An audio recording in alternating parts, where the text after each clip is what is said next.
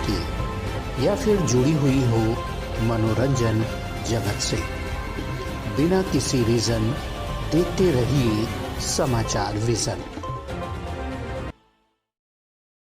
जाएंगे पहले दैनिक भास्कर से अमित मंडलोई।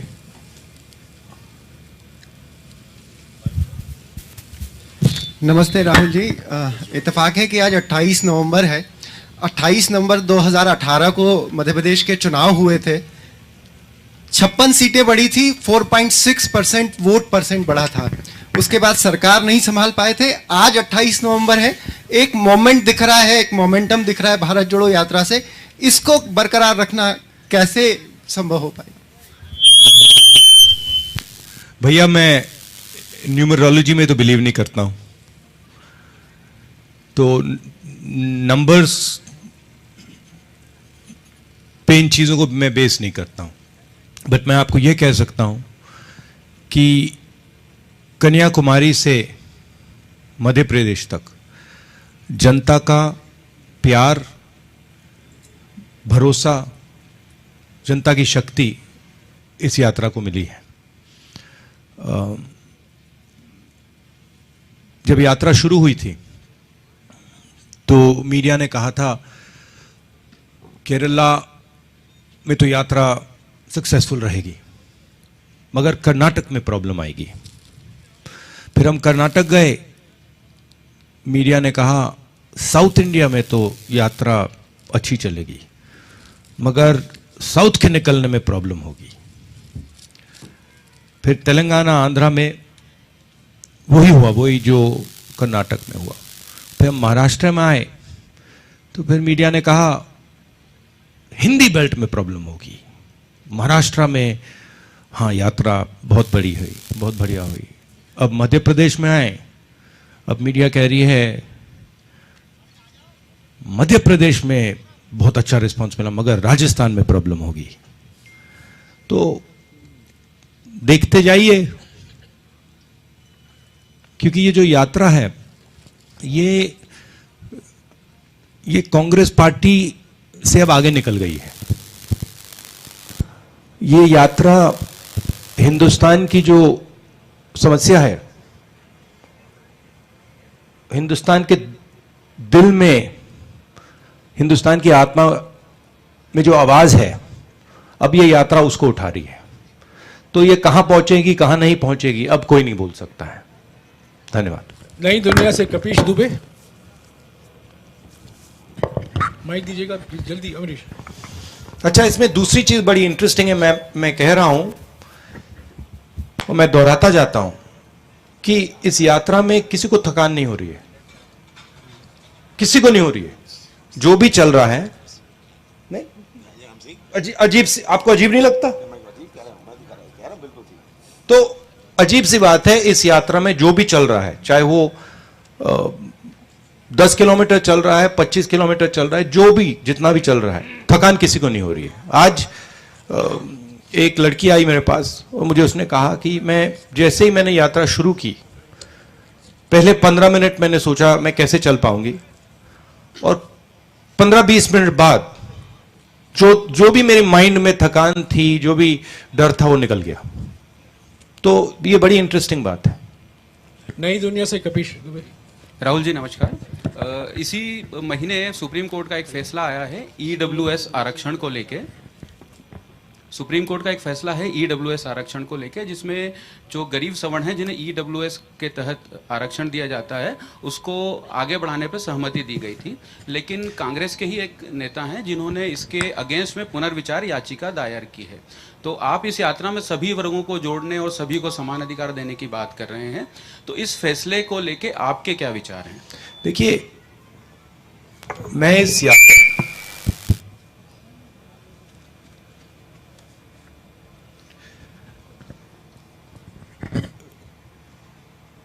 इस यात्रा के क्लियर लक्ष्य है। मैं इस यात्रा को डिस्ट्रैक्ट नहीं करना चाहता हूं, ठीक है? इस यात्रा के पीछे सोच है, सबसे पहले जो हिंदुस्तान में नफरत, हिंसा और डर फैलाया जा रहा है, उसके सामने खड़े होना। और इसका इसका सेंट्रल आइडिया कि जनता की आवाज जो है उसको सुनना सबसे जरूरी चीज है। उसके बाद जो देश में बेरोजगारी, कमल there some interference taking place here. Volume का देखो, ये सब मोबाइल बंद करिए, भैया मोबाइल हटा दीजिए, ऑफ कर दीजिए ऑफ प्लीज। कर दीजिए, उसमें मैसेज जेपी आते जी हैं ऑफ फिर कर उसमें दीजिए आता है। Please mobile.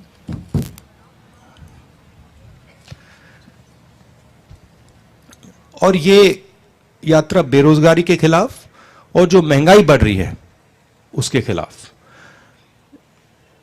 मैं ज्यादा पॉलिटिकल मुद्दे इस यात्रा में रेज नहीं करना चाहता हूं और इस यात्रा को मैं डाइवर्ट नहीं करना चाहता हूं। जो जनता कह रही है और जो फीडबैक हमें मिल रहा है उसके बारे में हम आपसे जरूर बात कर रहे हैं। पत्रिका से गोविंद ठाकरे।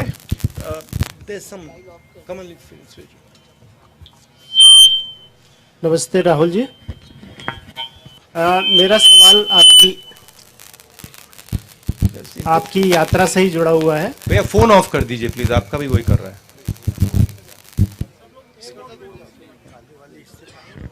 जल्दी जल्दी पूछिए, समय निकल रहा है। जी जी। प्रॉब्लम नहीं। मेरा सवाल यात्रा से ही जुड़ा हुआ है। चूंकि आपने पीछे ब्रांडिंग भी लगाई है लेकिन उसमें कांग्रेस का जो सिंबल है वो नहीं है, तो क्या ये उम्मीद करते हैं आप कि इस यात्रा के माध्यम से वो संगठन, गैर राजनीतिक राजनीतिक संगठन जो आपको 2024 में किसी रूप में आज एक, मैं आपको बताऊं, आज एक आरएसएस के व्यक्ति आए, मुझे उन्होंने कहा मैं आरएसएस का हूं, मैं यहां आपका स्वागत करने आया हूं। मैंने कहा ये जी जी जी। तो मेरा सवाल ये था कि इस यात्रा से आगे आपका जो लक्ष्य, जिस तरह से रिस्पांस मिल रहा है, तो एक मजबूत प्रतिपक्ष की तरफ आप बढ़ेंगे आगे, ऐसा आप उम्मीद करके चलते हैं या भविष्य में? मैं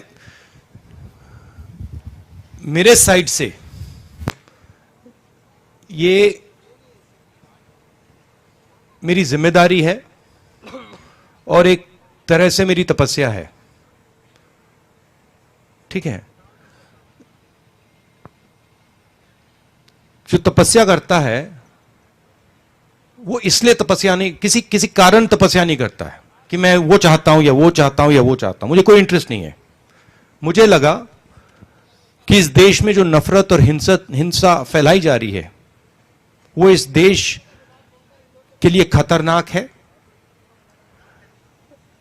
इस देश को नुकसान पहुंचाएगी। और मैंने सोचा कि मेरी जिम्मेदारी क्या है,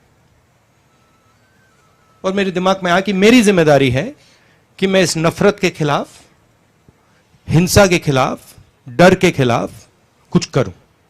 और ये जो आप देख रहे हैं, ये जो भारत जोड़ो यात्रा है वो ये है। और ये भावना सिर्फ मेरे में नहीं है, ये भावना बहुत सारे लोगों में है, कांग्रेसियों में है, नॉन कांग्रेसियों में है और बीजेपी के लोगों में भी है।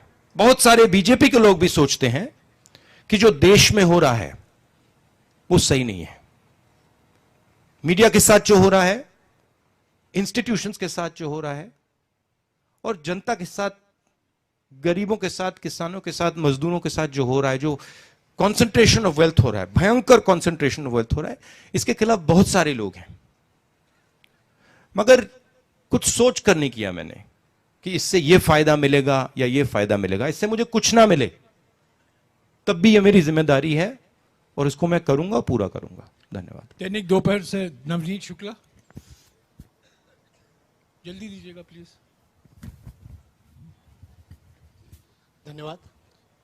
राहुल जी, मेरा एक बहुत छोटा सा सवाल है कि जिन लोगों ने कांग्रेस की सरकार पिछली बार गिरा दी, क्या उनके लिए अभी भी कांग्रेस के दरवाजे यथावत खुले रहेंगे या नहीं?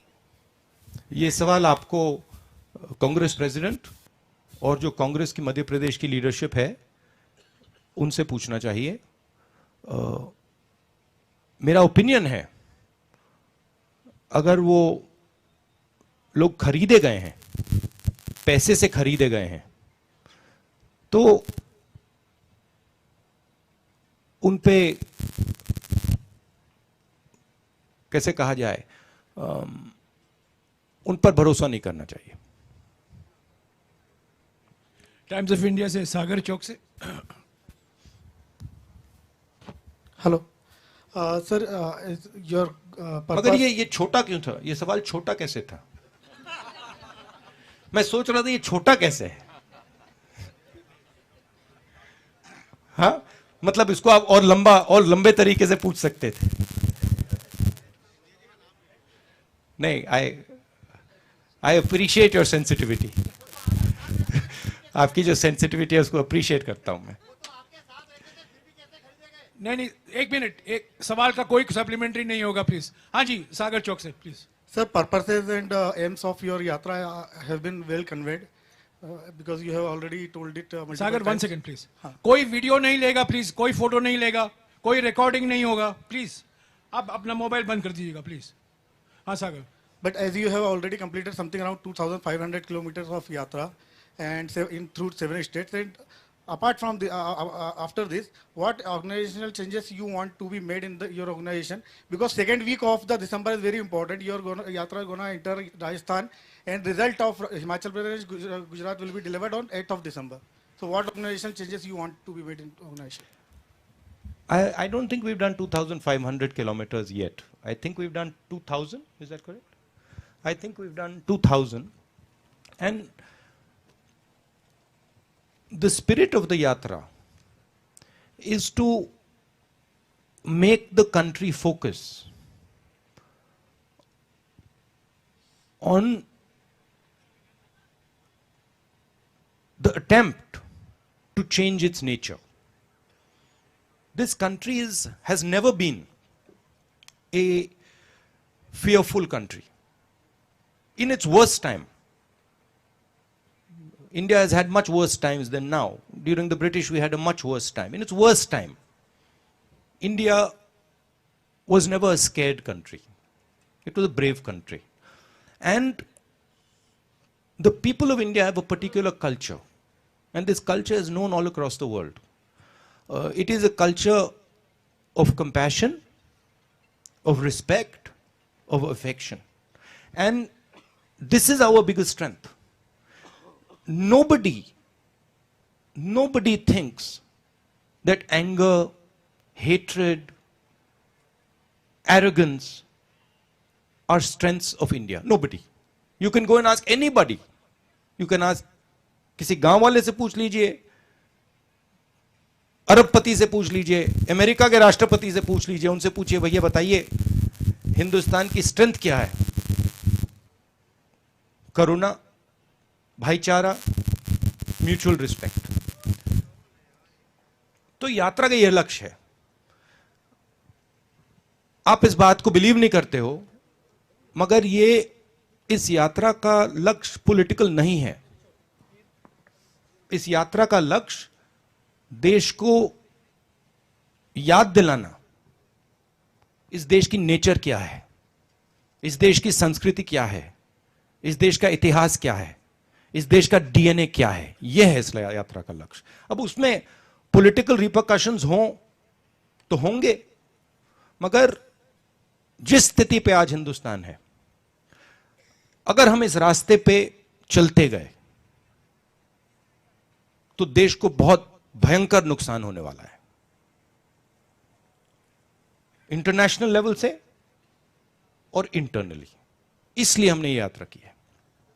आईबीसी से Vatsal Srivastava, please please, no I have explain to you. नहीं, what, repeat it please. IBC से विशाल श्रीवास्तव चलने के बाद क्या नहीं, I answered your question. I answered your question. No, I'll just, Jairam, give me a second. I answered your question.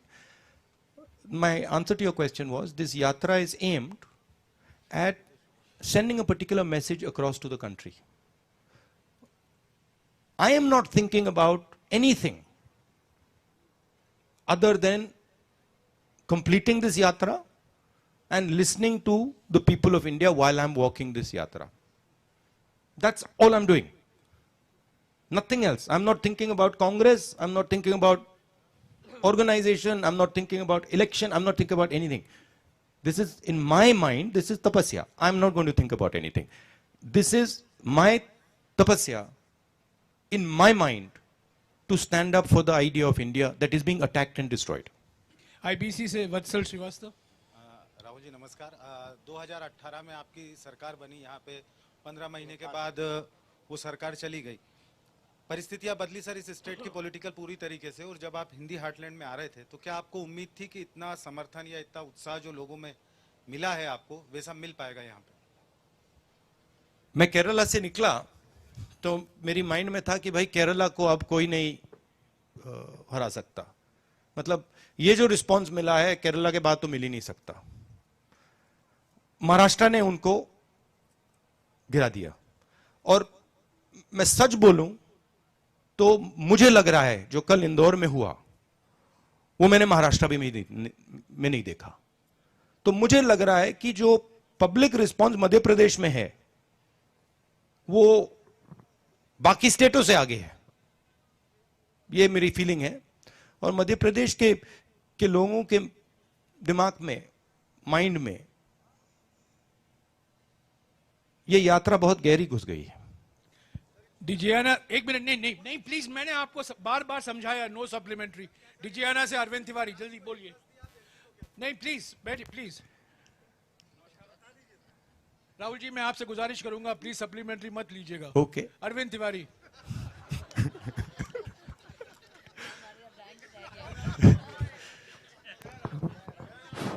नमस्कार राहुल जी। मैं सुन लेता हूं, लोगों की बात सुन लेता हूं, मेरा नेचर है। मध्य प्रदेश 7वां राज्य है जहां आप हैं, मगर अगर करना जरूरी होता तो कर भी देता हूं। मध्य प्रदेश 7वां राज्य है जहां आप अभी हैं और लगभग 2015 किलोमीटर की यात्रा आप कर चुके। 2000 इंदौर में थे आप और 15 किलोमीटर आज यात्रा। इस पूरी यात्रा का सबसे सुखद क्षण कौन सा है, क्या आप वो हमसे शेयर करेंगे? इस पूरी यात्रा का सबसे सुखद क्षण।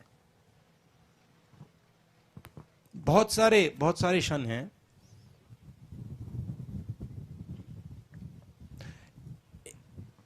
एक नहीं कह सकता हूं।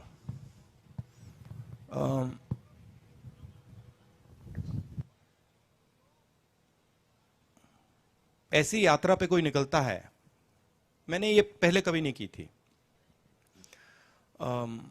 छोटा काम नहीं है, तो पहले निकलते हैं, पहले 5-10 दिन बाद पता लगता है कि भाई 3700 किलोमीटर चलने हैं।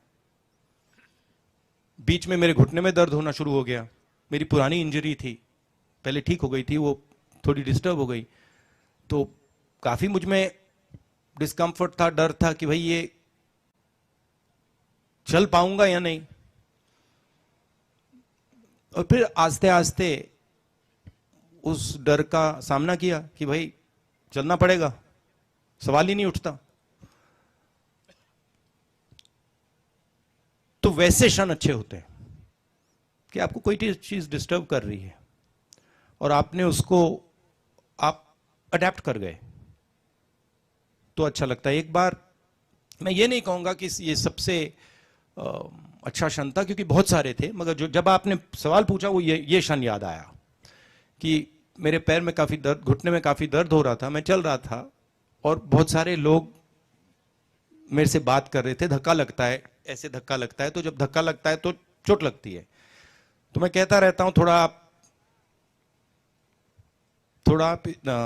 साइड में चलिए, मतलब ऐसे कहता हूं। ज्यादातर लोग मानते नहीं हैं, बट मैं कहता रहता हूं।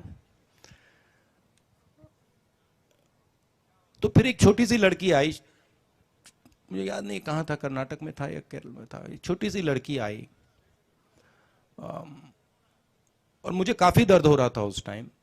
तो वो आई और वो साइड में चल रही थी। मैंने नोटिस किया वो मेरे अंदर नहीं आ रही थी, मतलब वो बाकी लोग सब ऐसे आ रहे थे, वो थोड़ा दूर चल रही थी, मैंने नोटिस किया।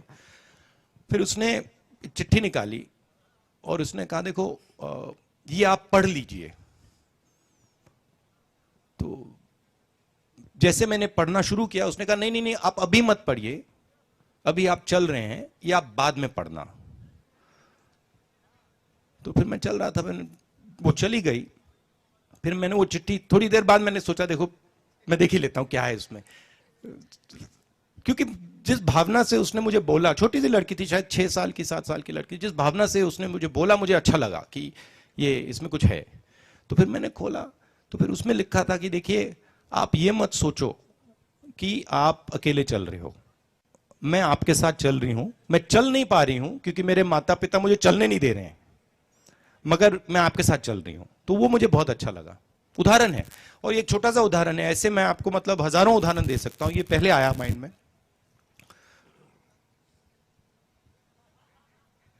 राहुल जी, अलग से उदाहरण बाद में दीजिएगा क्योंकि 10 मिनट बाकी यस है। Yes yes yes. Madhya Pradesh news से महेंद्र संगेरा। राहुल जी, इसके बारे में एक किताब लिखेंगे, सब उदाहरण नहीं, मैं आपको बड़ी इंटरेस्टिंग बात बताता हूं। जैसे यात्रा में क्या क्या हो रहा है, मैं 2-3 चीजें आपको बताता हूं, जयराम जी आपकी परमिशन से। तो एक तो चल रहे हैं, और जैसे मैंने आपको कहा, किसी का दर्द होता है तो उसका सामना करना पड़ता है। दूसरी बड़ी इंटरेस्टिंग बात होती है कि पेशेंस जो होती है वो ड्रामेटिकली इंक्रीज हो रही है। कि अगर मैं पहले 1-2 घंटे में इरिटेट हो जाता था, अब मैं 8 घंटे में इरिटेट नहीं होता हूं। नहीं, आप हंस रहे हो, मगर ये बहुत बड़ी इंटरेस्टिंग चीज है। क्योंकि अब मुझे यहां धक्का लग जाए, पीछे से खींच लिया, मुझे कुछ फर्क नहीं पड़ता। तो ये दूसरी बड़ी इंटरेस्टिंग चीज है कि जो पेशेंस है वो बढ़ रही है। और तीसरी बात है कि सुनने का तरीका बदल गया है। तो अब अगर कोई व्यक्ति आता है, जिस प्रकार से मैं उसकी आवाज को सुनता हूं, उसका नेचर बदल गया है। मैं ज्यादा उसकी ओर से आवाज को सुनता हूं, मैं अपनी ओर से नहीं, मैं यहां से नहीं देखता हूं, मैं उधर से देखता हूं। तो ये मुझे लग रहा है काफी फायदेमंद चीजें हैं। हाँ, राहुल जी, मेरा सवाल ये था कि आपने 2 इश्यूज को रेज किया है भारत जोड़ो यात्रा के दौरान, महंगाई और बेरोजगारी। तो बेरोजगारी के मामले में जब हम देखते हैं तो प्राइम मिनिस्टर कहते हैं कि आत्मनिर्भर भारत हो रहा है, प्राइम मिनिस्टर कहते हैं कि एंटरप्रेन्योरशिप को हम बढ़ावा दे रहे हैं। यदि कांग्रेस के पास एक अवसर दिया जनता ने, तो ऐसा कौन सा फॉर्मूला होगा कि इस बेरोजगारी को दूर करने के लिए आप उसको लागू करेंगे, ताकि सही मायनों में आज का जो युवा है, जो भटक रहा है, जो नौजवान है, उसको रोजगार मिल पाए? क्या फॉर्मूला कांग्रेस के पास है? सबसे पहले ये जो बेरोजगारी है, इसका सबसे बड़ा कारण कंसंट्रेशन ऑफ वेल्थ, कि 3-4 लोगों के हाथ आपने हिंदुस्तान का पूरा धन डाल दिया है। जो भी वो करना चाहते हैं, जो भी बिजनेस वो चाहते हैं, वो कर सकते हैं। और हर इंडस्ट्री में वो एक के बाद एक मोनोपोलीज क्रिएट कर रहे हैं। आप हिंदुस्तान के सब इंडस्ट्रीज देख लीजिए, आपको मोनोपोली दिखेगी। टेलीकॉम, रिटेल, इंफ्रास्ट्रक्चर, सब जगह, एयरपोर्ट, स्पोर्ट्स, सब में आपको मोनोपोली दिखेगी। मोनोपोली का क्या मतलब है? मोनोपोली का मतलब है जो स्मॉल एंड मीडियम बिजनेसेस हैं, जो ग्रो कर सकते हैं, उनको आपने खत्म कर दिया। तो जो ग्रोथ पोटेंशियल है, ग्रोथ पोटेंशियल स्मॉल और मीडियम में है, ग्रोथ पोटेंशियल लार्ज में नहीं है। साइज लार्ज में है, but growth potential small and medium है, उसको आपने खत्म कर दिया है। और ये आप किसी भी स्मॉल एंड मीडियम बिजनेसमैन से पूछ लीजिए, जीएसटी और नोटबंदी ने क्या किया, वो बता देंगे आपको। तो सबसे पहले जो ग्रोथ पोटेंशियल देते हैं, उन पर फोकस करना जरूरी है। दूसरी बात, जो इस देश का फाउंडेशन है,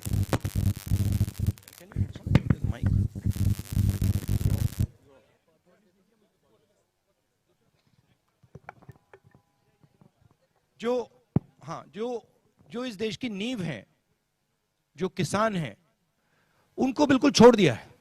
उनको कोई सपोर्ट ही नहीं दे रहे हैं। वो दिन भर चिल्ला रहे हैं, उनको बीमा का पैसा नहीं मिलता, उनको सही दाम नहीं मिलता, उनको खाद की प्राइसेस बढ़ती जा रही है, खाद मिलता भी नहीं है। तो ये जो बेसिक स्ट्रक्चर है, इसको डेवलप करना और इसकी रक्षा करना। दूसरी बात, जो ब्लेटेंट प्राइवेटाइजेशन हो रहा है, इंडस्ट्री का, स्कूल्स का, कॉलेजेस का, यूनिवर्सिटीज का, हॉस्पिटल्स का, हमारी सोच इसके बारे में फर्क है। हम चाहते हैं कि एजुकेशन और हेल्थ केयर में सरकार भाग ले, कि ये सरकार की जिम्मेदारी है, ये किसी मतलब बिजनेसमैन की जिम्मेदारी नहीं है। वो जरूर अगर करना चाहे कर सकते हैं, बट जो मेन एजुकेशन का सिस्टम हो, जो मेन हेल्थ केयर का सिस्टम हो, उसमें सरकार जनता की मदद करे, सरकार जनता को सपोर्ट करे, इसका मतलब उसमें ज्यादा पैसा डाले। ठीक है, तो ये बेसिक फर्क है। बट मेन फर्क, हिंदुस्तान को चलाना एक डायनामिक काम है, और उसमें सबसे जरूरी काम जनता के दिल में क्या है, चाहती क्या है, उस आवाज को सुनना। तो आप अगर जनता की आवाज को सुनोगे तो आपको इंडिकेशन मिल जाएगा। जैसे मुझे याद है यूपीए की सरकार थी, हमने मनरेगा किया और मजदूरों की मदद की, और 1-2 साल बाद हमारे पास किसान आए और उन्होंने बहुत अच्छी तरह हमें समझाया कि देखिए, आपने मजदूरों की मदद की, उनका रेट बढ़ गया, हमारा कॉम्पेंसेशन क्या है, हमें भी कॉम्पेंसेशन मिलना चाहिए। और जैसे उन्होंने ये रैशनल बात हमें बताई, हमने उसको एक्सेप्ट किया और हमने कर्जा माफ किया। तो मेरा कहना है कि ये देश डायनामिक देश है, इसको आप किसी रिजिड स्ट्रक्चर के साथ नहीं चला सकते। और बीजेपी इस देश की आवाज नहीं सुन रही, आरएसएस बीजेपी इस देश की आवाज नहीं सुन रही है, और वो रिजिड तरीके से देश को चला रहे हैं। उनके जो आइडिया है, उनकी जो सोच है, उससे वो चला रहे हैं। देश हिंदुस्तान की सोच से चलना चाहिए, सरकार की सोच से नहीं चलना चाहिए। इसलिए जैसे मैंने जयराम रमेश जी ने मुझे डायरेक्शन दिया, मुझे एडवाइस दी, मैंने सुना। नहीं, बहुत जरूरी बात है, बहुत जरूरी बात है। और मैं सिर्फ जयराम रमेश जी की बात नहीं कर रहा हूं, जो भी मुझे कुछ कहता है मैं सुनता हूं, कहता हूं ठीक है, इसमें लॉजिक है तो करना चाहिए। Thank you. आपने कहा मैडम प्लीज मैं मौका दूंगा, आप बैठे रहिए प्लीज। मैं नियम अनुसार ये प्रेस कॉन्फ्रेंस चला रहा हूँ, सबको मौका दे रहा हूँ। राहुल जी विस्तार से जवाब दे रहे हैं, मैं उनसे रिक्वेस्ट करूंगा राहुल जी आपकी अनुमति से इस प्रेस कॉन्फ्रेंस को और 5-7 मिनट और बढ़ा दें, क्योंकि 8-9 और सवाल पूछने वाले हैं। जल्दी से जल्द अगर आपके जवाब संक्षिप्त में होंगे तो 3 सवाल ले लीजिए। ठीक है, पीटीआई से मनीष श्रीवास्तव। देखिए कांग्रेस पार्टी का कॉम्प्रोमाइज देखा आपने? नमस्कार। ये वहां नहीं होता, सबसे पहले वहां पे तो सवाल एक भी नहीं पूछा जाएगा, मतलब चांस ही नहीं है। नमस्कार राहुल जी। राहुल जी, मैं आपसे पूछना चाहता हूं कि आपको भी पता है, अगर मैं कुछ नई बात नहीं कह रहा हूं, कि दिल्ली पे सत्ता का रास्ता जो है वो उत्तर प्रदेश होके जाता है, और मोदी जी भी इस बात को समझे और वो वाराणसी गए चुनाव लड़ने, और वहां से कंसोलिडेट की पोजीशन और वहां पहुंचे। My question is, if given an opportunity, will you be contesting again from Amethi? See, once again, these are all attempts to distract from the main idea. You want the newspapers tomorrow to say, either Rahul Gandhi contests from Amethi, or Rahul Gandhi does not contest from Amethi. I want the newspapers to say, Bharat Jodo Yatra, the ideas of Bharat Jodo Yatra, the philosophy behind Bharat Jodo Yatra. So, the answer to your question will come maybe in a year or year and a half. Madhya Pradesh स्थित पत्रकारों से मैंने 10 सवाल लिए हैं, माफ कीजिएगा और 2-3 सवाल नहीं ले सकता हूं। मैं अभी दिल्ली स्थित पत्रकारों से सवाल लूंगा। राहुल जी ने वादा किया था न्यूज़ 24 को कि तेलंगाना में आए थे, उनको मौका नहीं मिला। रमन झा, आपको कहा था राहुल जी ने कि आप यहां पूछ सकते हैं। मैडम प्लीज बैठ जाइए प्लीज, इसके बाद पूछेगा प्लीज। अगर आपको सवाल पूछना है चलिए राहुल जी के साथ, दोपहर को चलिए उनके साथ। अच्छा, आपका प्रॉमिस किया था मैंने, फुलफिल हो गया? राहुल जी, यात्रा 5 तारीख को राजस्थान पहुंचेगी, और राजस्थान में जो राजनीतिक हालात है वो आपसे भी वाकिफ है, आप भी वाकिफ हैं उससे। जिस तरीके से अशोक गहलोत ने सचिन पायलट को गद्दार कहा, क्या आप भी मानते हैं कि इस बात को, क्या उन्होंने गद्दारी की है? देखिए, मैं इसमें जाना नहीं चाहता हूं कि किसने क्या कहा, ठीक है। ये दोनों नेता कांग्रेस पार्टी के एसेट्स हैं, मगर मैं आपको एक बात की गारंटी दे सकता हूं कि भारत जोड़ो यात्रा पर इसका कोई असर नहीं पड़ने वाला है। सुप्रिया भारद्वाज, आज तक। सर मेरा सवाल ये है कि आपने जब भट्टा परसौल से शुरुआत करी थी तब से जो है आप पे पर्सनल टैक्स होते जा रहे हैं, और जब से भारत जोड़ो यात्रा शुरू हुई है आप कह रहे हैं सब आए, पॉलिटिकल प्लेटफॉर्म नहीं है, हम तो पूरा भारत जोड़ने आए हैं। कभी आपकी शर्ट को, कभी आपके कंटेनर्स को लेके, अब तो बात बियर्ड से लेके और भी चीज़ों तक पहुंच चुके हैं। इसको जो लगातार हमला हो रहा है इसको आप कैसे देखते हैं, स्पेशली उस समय जब आप कह रहे हैं कि सभी लोग आए, नॉन पॉलिटिकल है, और दूसरी तरफ जहाँ पे रिगरसली कंटिन्यूसली हर चीज पे जो है, माइन्यूटली नहीं बल्कि मैसिव लेवल पे पर्सनल अटैक्स हो रहे हैं।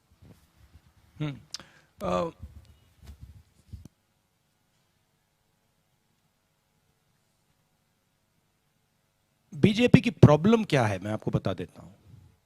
प्रॉब्लम यह है, और इस यात्रा ने इसको मैं कह सकता हूं छोटी तरीके से दिखाया है, बड़ी तरीके से नहीं दिखाया, छोटी तरीके से दिखाया, क्योंकि मैंने शुरुआत की है। बीजेपी का प्रॉब्लम है कि उन्होंने हजारों करोड़ रुपए मेरी इमेज को खराब करने में लगा दिए हैं, और मेरी एक यहां पे उन्होंने इमेज बना दी है। अब लोग सोचते हैं कि ये मेरे लिए नुकसानदायक है, मगर एक्चुअली ये मेरे लिए फायदेमंद है। क्यों? क्योंकि सच्चाई मेरे हाथ में है, और सच्चाई को छुपाया नहीं जा सकता है। तो जितना पैसा ये मेरी इमेज को खराब करने में डालेंगे, उतनी शक्ति वो मुझे दे रहे हैं, उतना मैन्यूवरिंग रूम वो मुझे दे रहे हैं। आप देखना, क्योंकि सच्चाई को छुपाया नहीं जा सकता, दबाया नहीं जा सकता है। और जहां तक पर्सनल टैक्स की बात है, पर्सनल अटैक्स इसलिए आते हैं क्योंकि व्यक्ति राजनीतिक पोजीशन लेता है। अगर आप बड़ी शक्तियों से लड़ोगे तो पर्सनल अटैक आएगा। अगर आप किसी शक्ति से लड़ नहीं रहे हो, अगर आप ऐसी फ्लोट कर रहे हो, तो पर्सनल अटैक नहीं आएगा। तो मैं जानता हूं जब मेरे पर पर्सनल अटैक आता है तो मैं सही काम कर रहा हूं, मैं सही डायरेक्शन पे चल रहा हूं। तो एक तरीके से ये जो पर्सनल अटैक होती है, ये जो पैसा बीजेपी मेरे इमेज को खराब करने में डालती है, ये एक प्रकार से मेरा गुरु है। ये मुझे सिखाता है कि भैया इधर जाना है, इधर नहीं जाना, उधर जाना है। क्योंकि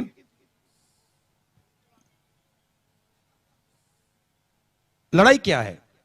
लड़ाई जो आपके सामने खड़ा है, लड़ाई उसकी सोच को गहराई से समझने की है।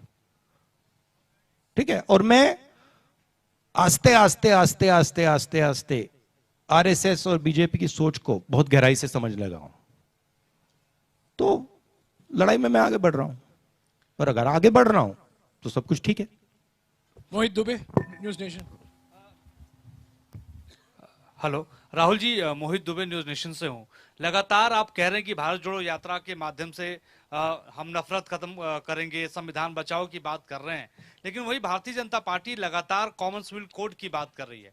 आप कह रहे हैं कि हम एकता की बात कर रहे हैं, अनेकता की बात कर रहे हैं। वो कॉमनवेल्थ कोड गुजरात विधानसभा चुनाव में लेकर आ रहे हैं, इससे पहले उत्तराखंड विधानसभा चुनाव में लेकर आए। कितना बड़ा असर पड़ेगा आने वाले वक्त में?